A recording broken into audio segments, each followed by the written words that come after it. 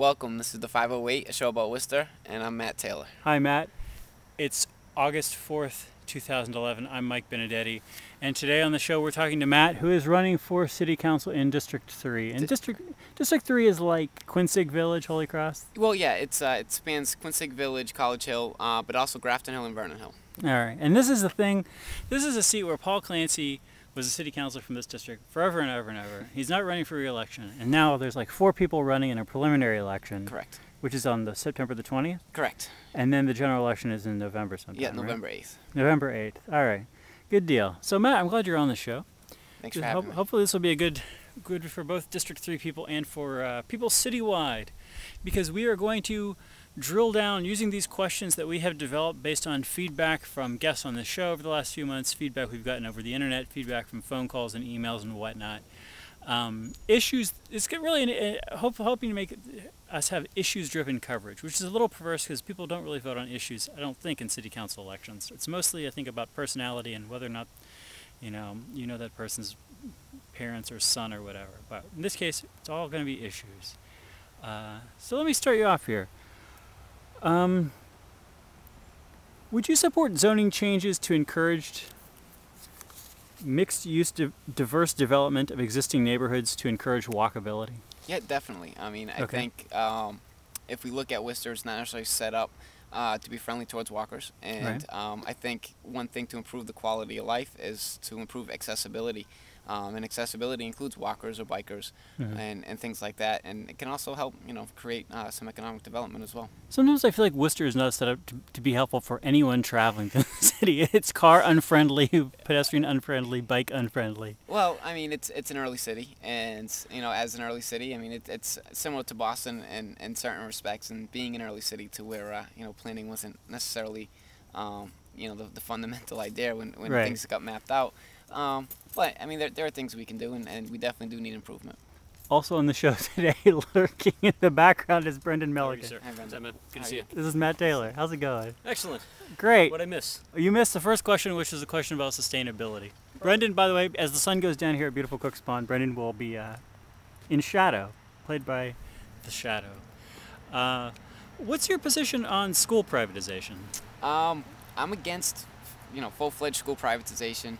I think we as a society value education. Actually, in our state constitution, we actually guarantee equal education to all. And straight out full privatization of schools could result in marginalization, could result in unequal education as well. And then also, if you think of complete privatization, you're really talking about a for-profit model, based on a competition model.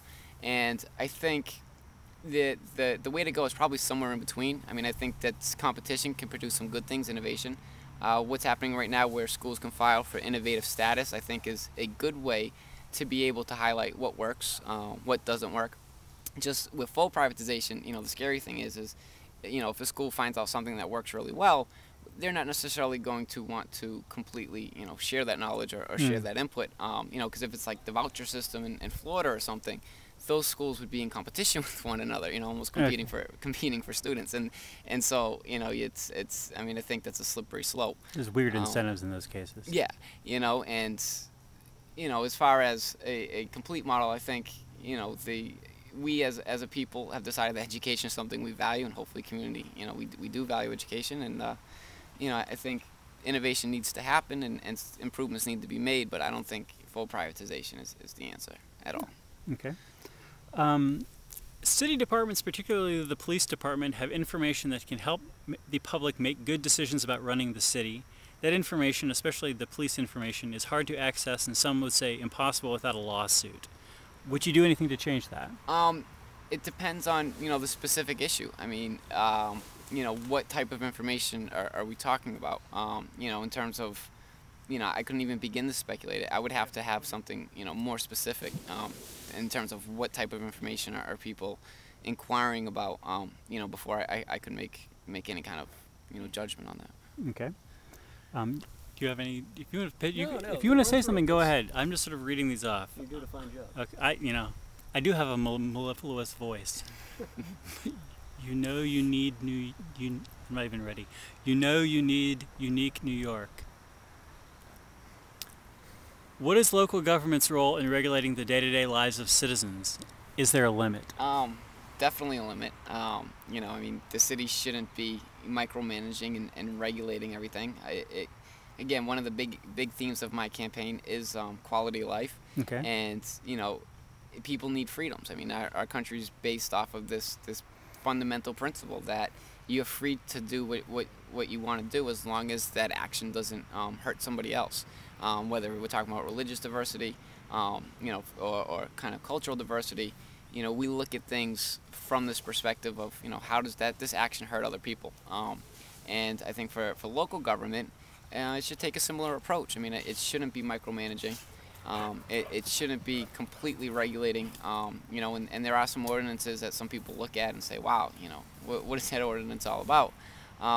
You know, and so I think it definitely should play a limited role.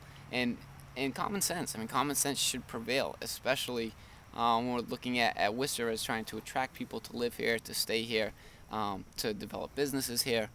We want to have common sense kind of approach to allowing people to enjoy their lives. What do you think about something like, I don't know? How about a wet dog ordinance running through a TV show set with three guys wearing ties? What's that all about? Write it up. Let's go. That's what we need. That's day one. This is like your number one issue. Do you have any follow-up question for this? With what? On the question of what's the city council's role in? I mean, that's if you asked every single resident of the city. I mean, yeah, I mean it's something that's important to me. But if you asked every resident of the city, they'd all have a different answer as to where that limit actually is. I mean, Right. I think it's important that you've got either candidates or elected officials, you know, keeping in mind that diversity as well within you know, opinions of the average person, that everybody has a different tolerance for the amount of government that should be involved in their life. Yeah. No, I think that's a good point. I think, you know, ideally our country's supposed to, you know, tolerate this diversity, Yeah. and take this very abstract approach, and you know, that you're free. You know, Mm-hmm. this is the land of freedom. You know, Right. and you're free to live your life, and that we should, in my opinion, we should judge, you know, action based on how does it affect other people, and if your action isn't, you know, infringing on anybody else's freedom. Yep.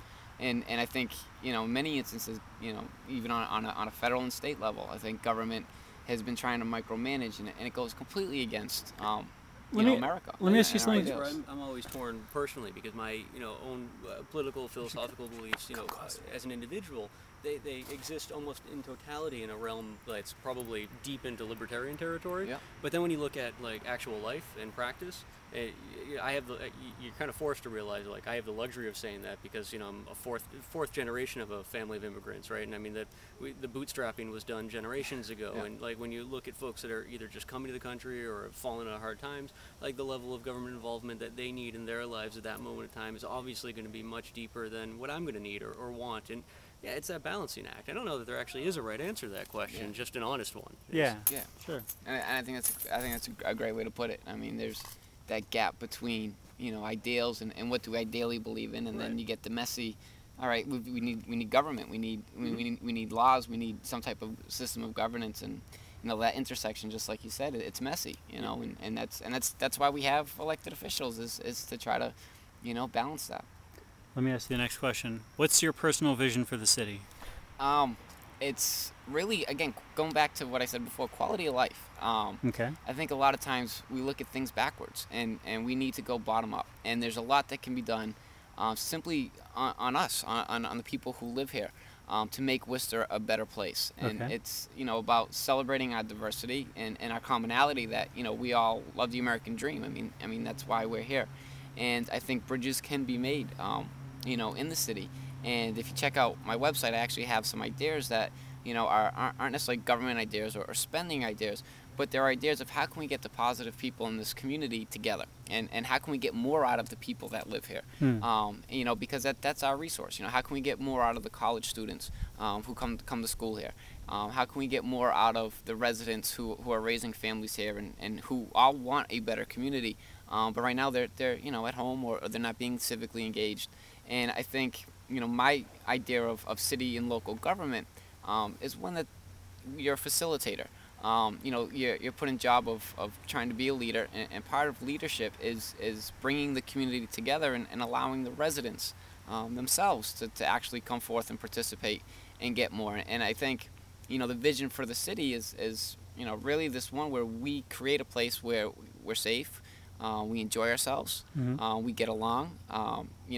We're big enough to have some of the city luxuries, but small enough to still have that old town feel.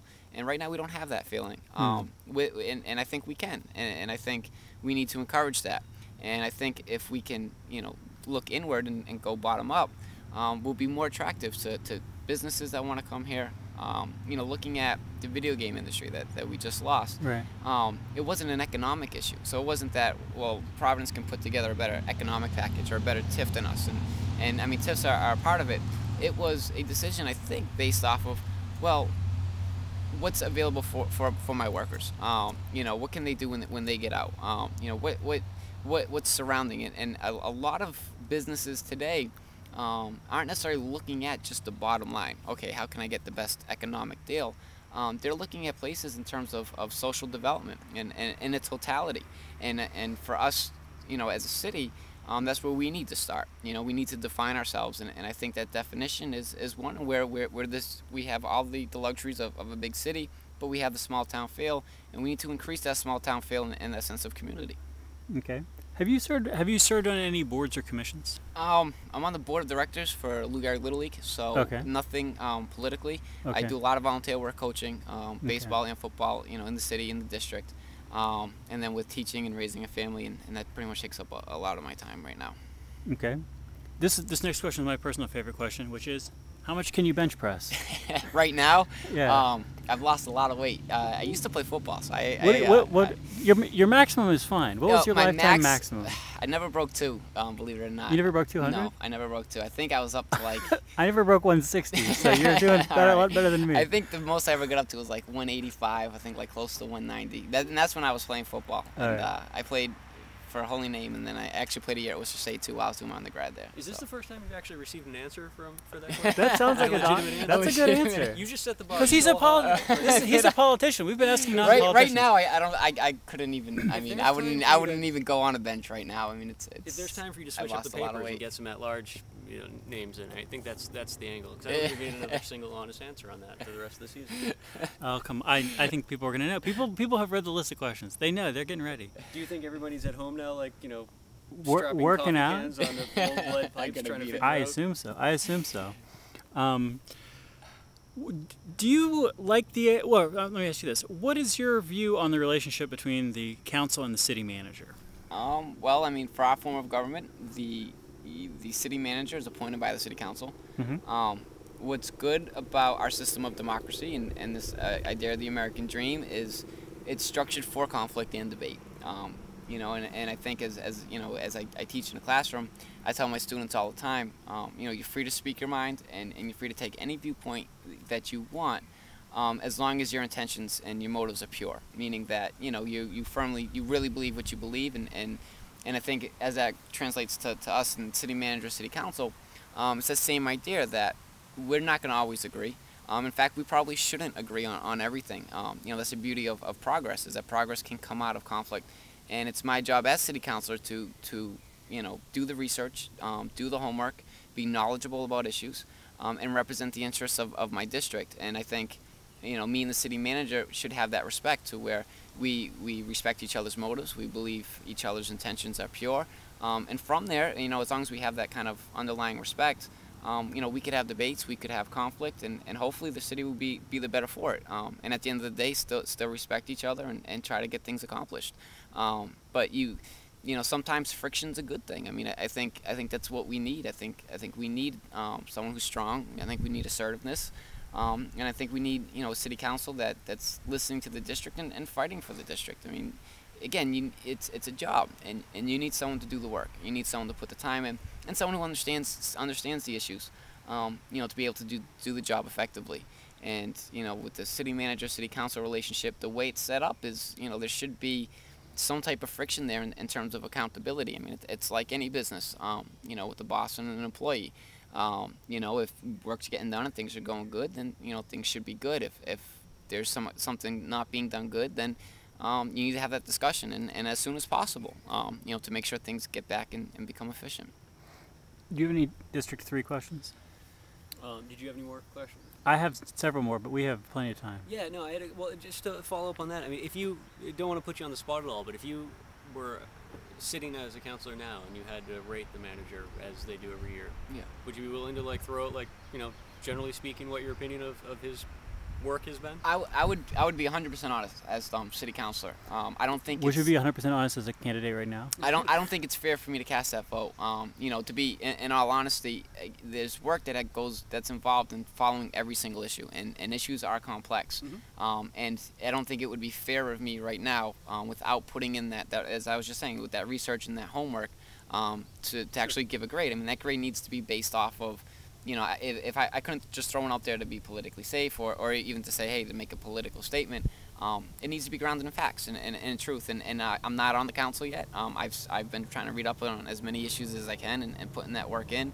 But I don't think I'm in the position. That's why when I'm in the city council, I mean, definitely I'll be in a position to cast a vote, and the vote will be as honest as it can be. You know, definitely. In terms of actual district stuff, though, you know, one of the things that's always I have a hard time figuring out how I feel about is the relationship between the at-large councilors and the district councilors, right? Like, even though you'd be a district councilor, your vote still isn't weighed more or less than that as of an at-large councilor, right? So I mean, there are likely to be times that you could take a stance on something that might be more favorable to your district, and you know, need to lobby the rest of the council to come onto your side. Definitely. You also could be a throwaway vote for somebody else who's like an at-large councilor or another district councilor that's really trying to, you know, pull something in for their. Do you like the system the way it's laid out now? Do you think it's actually like a fair system of representation for the city overall, considering that the district councilors, you know, when it comes to time to actual vote, even though the constituency might be smaller, their vote has the same weight as the at-large councilors? Very true. You know, I don't think any system's ever going to be a perfect system. You know, that gets back to what we were talking about, just the messiness of governance and kind of, you know, everyday life. And I don't think it's a bad system. I mean, I think each district should be, you know, should have certain amount of weight, you know, and that they should have certain amount of power. I mean, that's as a district council, that's why you're put in there. I mean, you're essentially that special interest for those residents, you know, and that's what you're supposed to do. And again, it gets back to the messy part of governing, and you should have to have some type of process. Your vote should carry some weight, and you know, I mean, I look forward to getting in there and developing those relationships and taking the stands where the stands need to be taken, and making sure that, you know, basically being a watchdog, making sure things are done right. I mean, that's really why, you know, I want to run. Is when I talked with my wife about it, at the end of the day, the question was, you know, if not, you know, if I wasn't in there, then who would it be? And I honestly trusted myself the most, I think, in terms of putting in the work and doing what's needed and being able to understand issues, you know, and do the right thing. Do you like the idea of neighborhood councils? I do. I really do. Again, part of, I mean, the motto for my campaign is building our future together.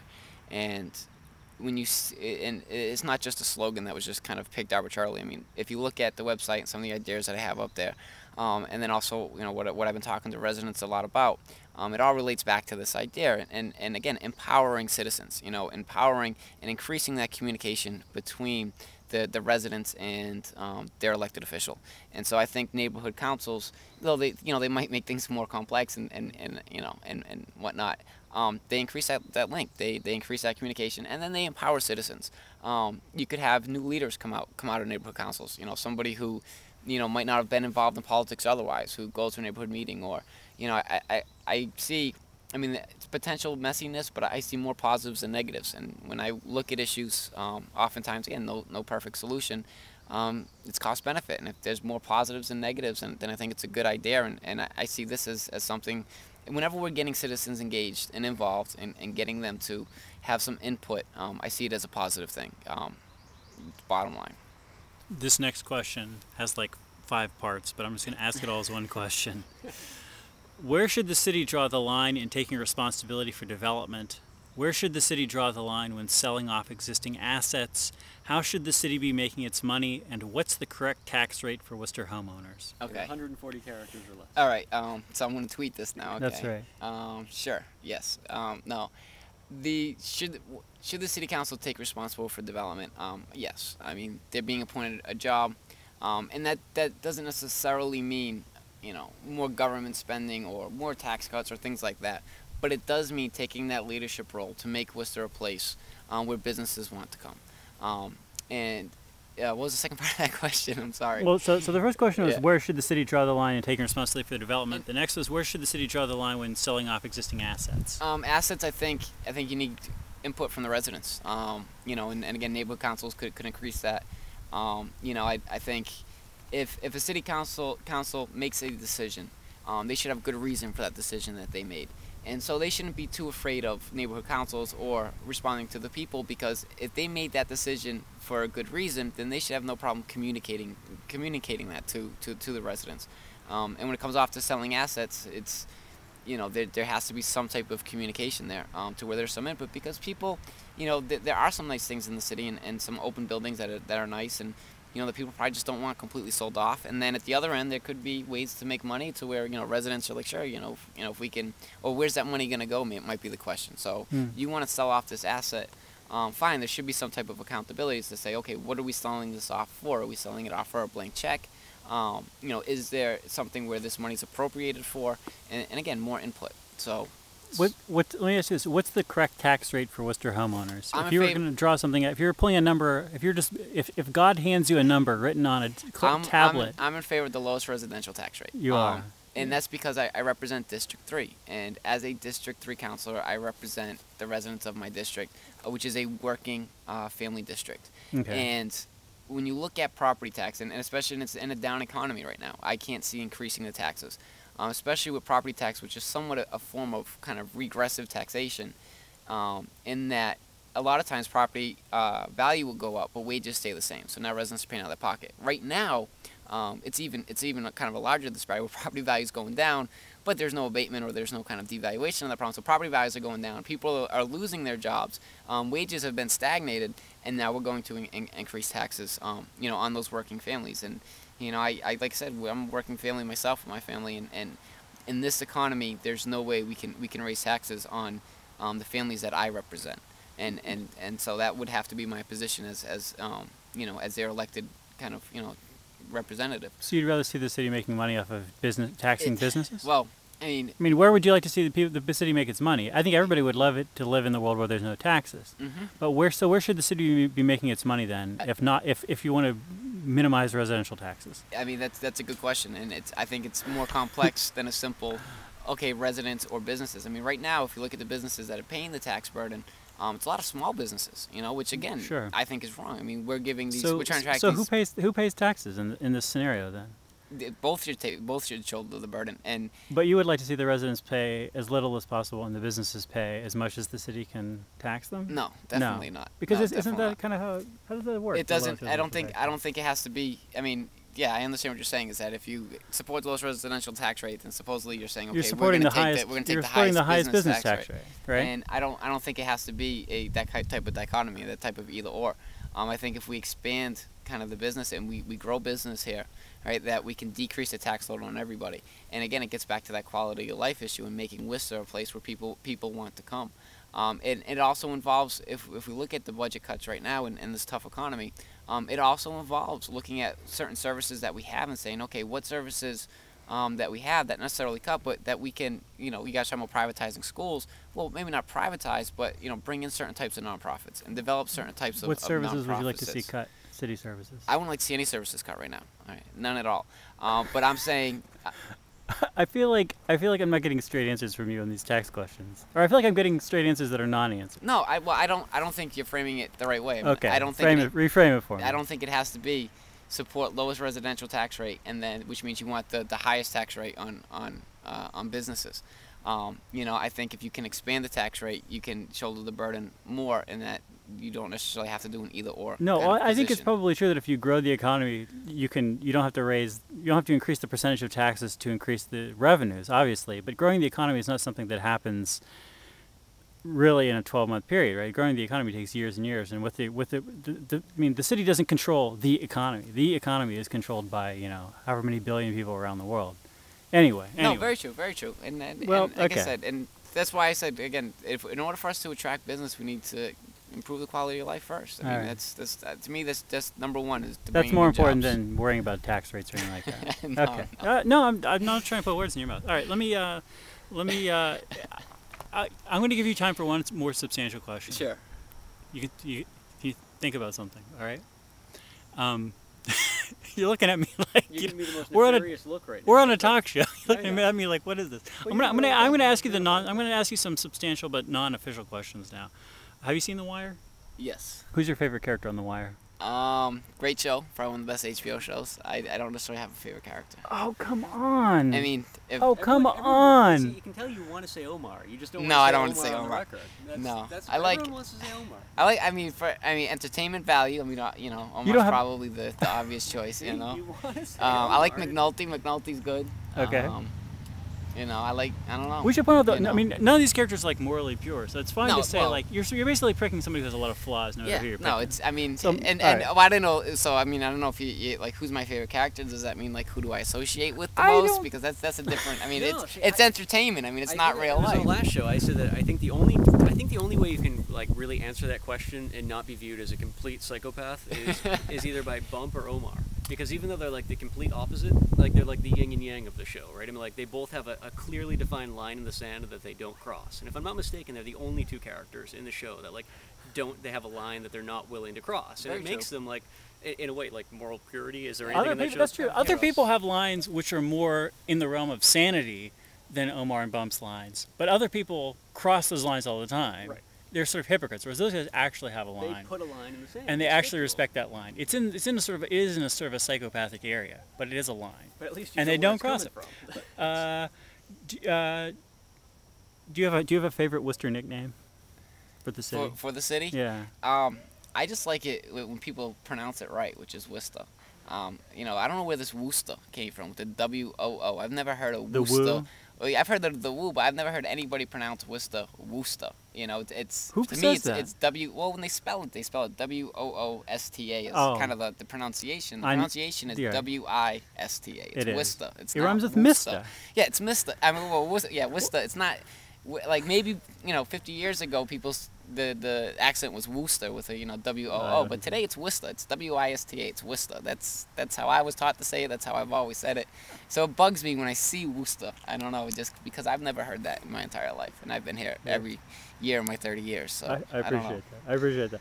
I sort of want to ask people about their favorite about metal, because so many Worcester politicians have gone on record as saying that they don't like metal, and this is probably much the most metal city in the region. I think Tim Murray was the one who made the biggest faux pas that he said anything but Metal. And Yeah, other which- city councils have gone on record about this too. I don't know what's a good question Metal's about. been mentioned a lot. I just think Tim is the one who really kind of like He really just put his foot in his light mouth. on that one. That like Yeah. the only kind of music you're likely to find in a Worcester bar is going to be metal. And Do you have like a legitimate question to finish I up the do. show with? Yeah, no.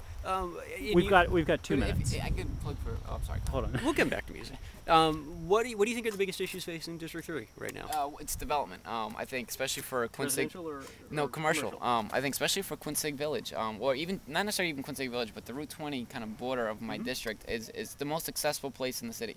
And most people look at Worcester in terms of how do you get access outside of the city. Do you know what I mean? Instead of, well, what's the entrance point into the city? And that's by far the entrance point. I mean, it's Mass Pike, 290, 146, Route 20.